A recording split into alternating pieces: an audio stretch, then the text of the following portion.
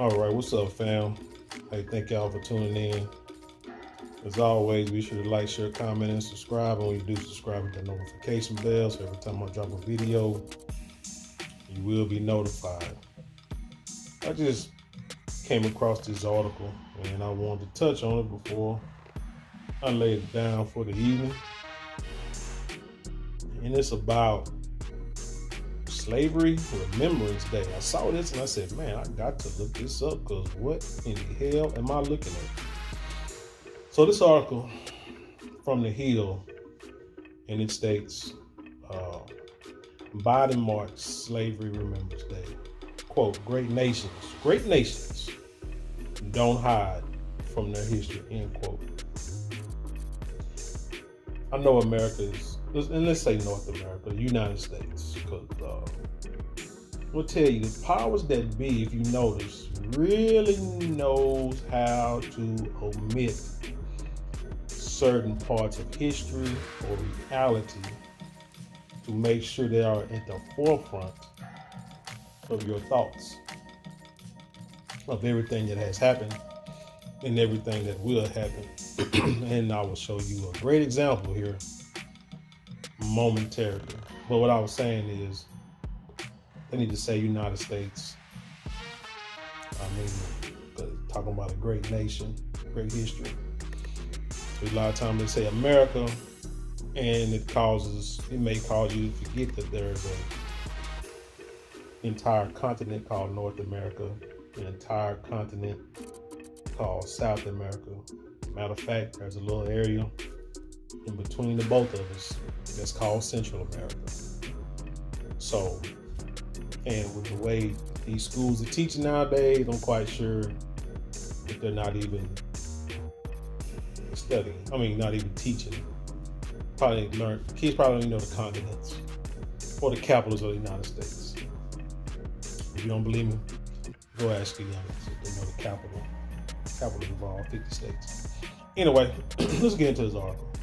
President Biden commemorated Slavery Remembrance Day on Saturday, saying in a statement that great nations don't hide from their history. And again, like I said, it's an empire. I will say that I'm not really sure how great it is or was. I mean, I can't complain about a lot because I have been able to, become quote unquote successful, be able to, to gain a career, go to school, get a career, have family, kids that are doing fairly well, parents who did real well for themselves, siblings, sisters doing real well for herself. And other family members too that living. We're not. I say a lot of my family members are not in poverty. When I say family, immediate and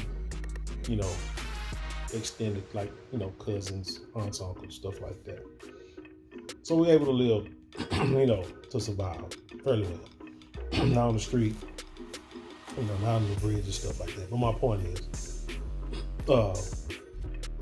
America has a lot of great things. I can't really talk about,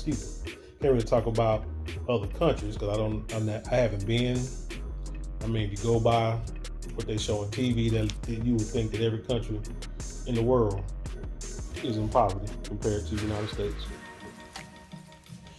Yeah, compared to the United States, every country is doing bad in poverty, but yet you find out that, China pretty much creates everything electronically that we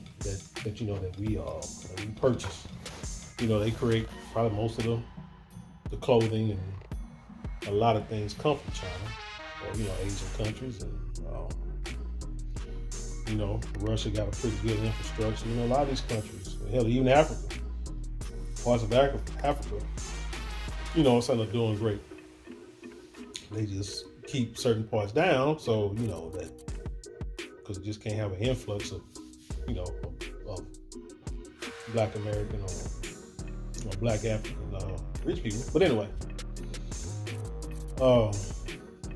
it says, today is a day to reflect on the terrible toll of slavery and on our nation's profound ability to heal and emerge stronger despite the horrors they face. These men and women, now check this out. These men and women and their descendants have made countless contributions to the building of this nation in the continuous effort to realize the American ideal, Biden said. Now tell me, how or when did slaves pretty much work? I mean, well, they had no choice to work for the to realize the American ideal. But I don't think they didn't choose to do that. That wasn't their goal. Their goal was not to work for people, live in slums and slavery and be beat, whipped, raped, hung, tortured, for somebody else. I'm quite sure quite a few of them rebelled or ready to get killed a few of these slave owners and overseers and attempted to escape, even as so much as even overthrew a few ships too. I don't think that my descendants did this willingly. Try to build America willingly. So I just don't like the way that statement was that he made. What did he say? The president said he was quote unquote honored to sign legislation last year making Juneteenth, which marks the day the last enslaved African Americans were told slavery had ended and the Civil War was no more, a federal holiday. Now, if you pay attention to that, they said that was the day that they was told that slavery had ended. But actually, slavery in this country had not ended. It didn't end. Because they were saying that a lot of these slave owners didn't let their slaves go free until after the next harvest. And some probably even still kept slaves, or somehow, said they was free, but if they had nowhere to go, they can always come back and work, and live on the land and work, for their keep.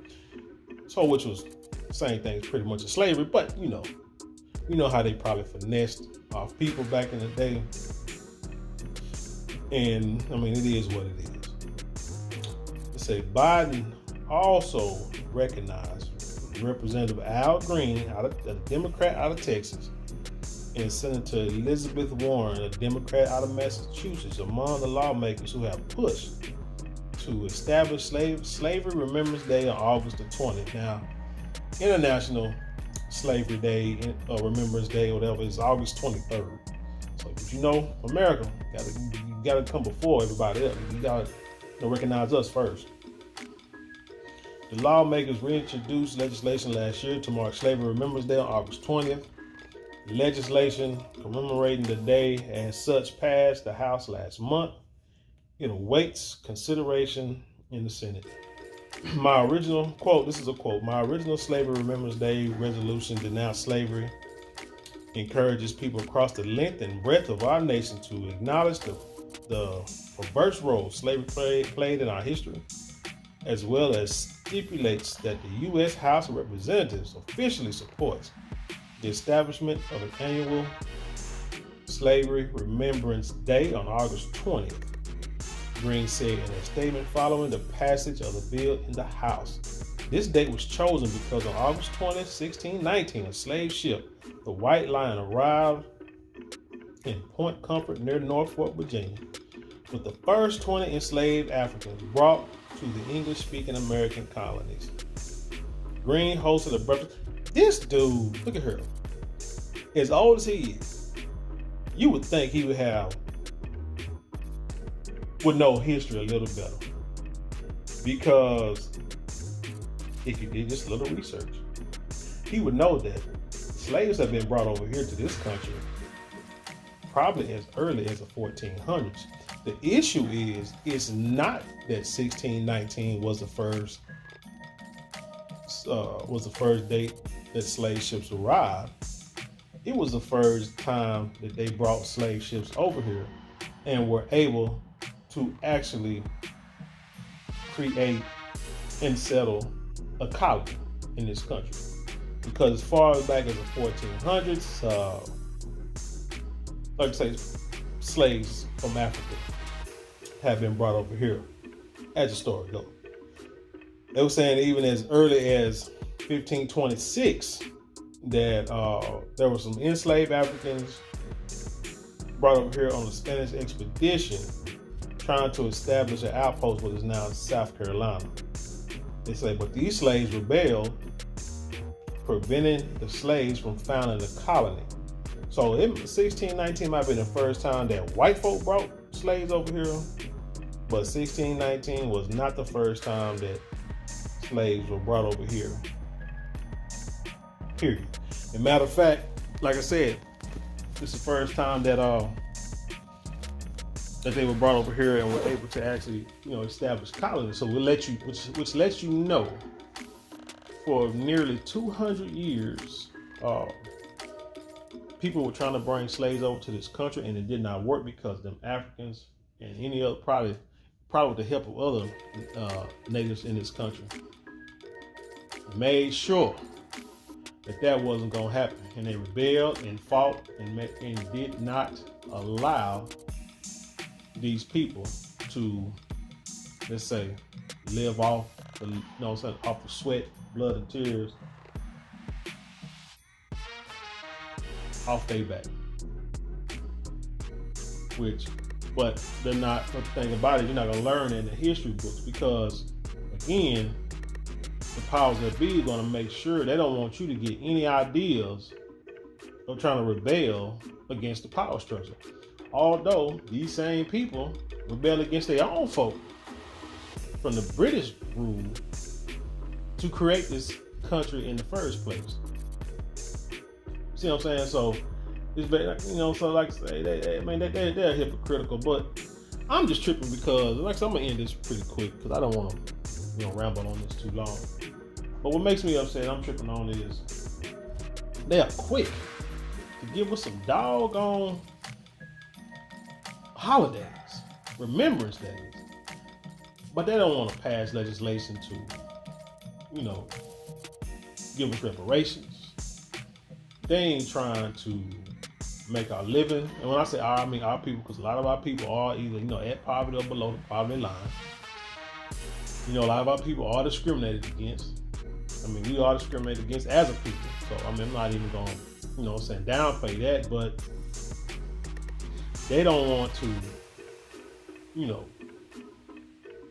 make sure that, our kids are learning proper education, learning trade. They took trades out of school, when that's what, kept a lot of our people afloat. Learn how to work with your hands to make money and take care of your family. Well, they took all that mess out of all that stuff out of school. So now kids, they took PE out of school. So now the kids really don't have anything to help them learn skills. And they live in apartments, cramped up apartments, so they ain't like they working on, fixing, anything in the house. Ain't like they mowing yards, Most of them ain't got no cars, so they ain't like they working on cars, and they ain't doing no painting. They're just hanging out in the street. They ain't got no jobs, where they live, so they just hanging out in the street. So, there's nothing, this government is not doing anything to fix that. And then they want to holler about the crime rate, but it's like, you created the crime rate. If you would give people an equal opportunity, and I really do mean equal opportunity to thrive, get the poverty rate out of that community. But the issue is, you do know that a capitalistic society cannot survive without poor people. And that's what America's trying to do now. They're trying to create only two classes of people, the rich and the poor. Trying to cut out the middle class and make it to where you just got poor people. Because the poor people, you're either going to work for them or you're going to be homeless. Don't care about your degrees. I've seen stories where guys, like dudes, an engineer, and is homeless. We're living in California, because he couldn't afford the housing out there. Like a freaking engineer, you're serious, But then too, I don't know, if you're an engineer and you got these credentials, you may want to think about uprooting and moving to Texas. You might say, well, if he don't have a job, if he's homeless, how he's going to move to Texas? Well, where there's a will, there's a way. You can hustle, save you some money, and catch your bus and, be homeless in Texas. At least if you get a job in Texas, you can afford the rent for now. That's I'm just gonna say for now. I don't know if it'll be like California, but you can do it. You can do it now. But another thing is, like I said, and they're not trying to, like I say, cut no check, give us reparations so we can help build ourselves. Because all we want is it's an equal opportunity. The same resources that everybody else got, same opportunities that everybody else get. We want all our people to be able to have those choices and resources, and just leave us alone. Let us live let us live in our neighborhoods like everybody else do. It's not being racist or prejudiced. This is just being American. Everybody else got their own neighborhood. They live amongst their people. They support each other. Give us the opportunity to do the same thing, and leave us alone and everything, and we'll be all right. But for some reason, it seems like they don't want that. But hey, I don't want to hear about another doggone holiday, another Remembrance Day. Don't mean nothing to me. It's just what you call it. It's just a token, trinket, whatever you want to call it. It don't mean nothing. And I'm going to end this I'm going to read a quote, fair use, from the late, great Dr. Martin Luther King Jr. And he says it perfectly. Again, this is for fair use, educational reasons on it. And it says, quote, our government was giving away, this is all I want to hit right here. Our government was giving away millions of acres of land. Not only did they give the land, they built land grants, colleges with government money to teach them how to farm. Not only that, they provided county agents to further their expertise in farming. Not only that, they provided low interest rates in order to mechanize their farms. Not only that, today these people are receiving millions of dollars not to farm, and they are the very people telling the black man that he needs to lift himself up by his own bootstraps. This is what we are faced with. This is the reality. Now, when we come to Washington in this campaign, we are coming to get our check. End quote from Dr. Martin Luther King Jr. Sadly and unfortunately, he was assassinated before he was able to go get that check. But that's all I want to see. With that being said, tell me what you think about this new holiday. I don't know if it's a holiday, it's a Remembrance Day, because ain't no holiday. They ain't give, I don't think they're going to give us a day off. They probably will eventually when we keep asking for reparations. They may make it a holiday, because you know how this country do. Like I say, they like to give us these trinkets, make us feel good for a moment or whatever. But again, tell me what you think about the story. Leave your comments below, and then share it with the world. And with that being said, I leave you in peace, and I'll see you on the other side.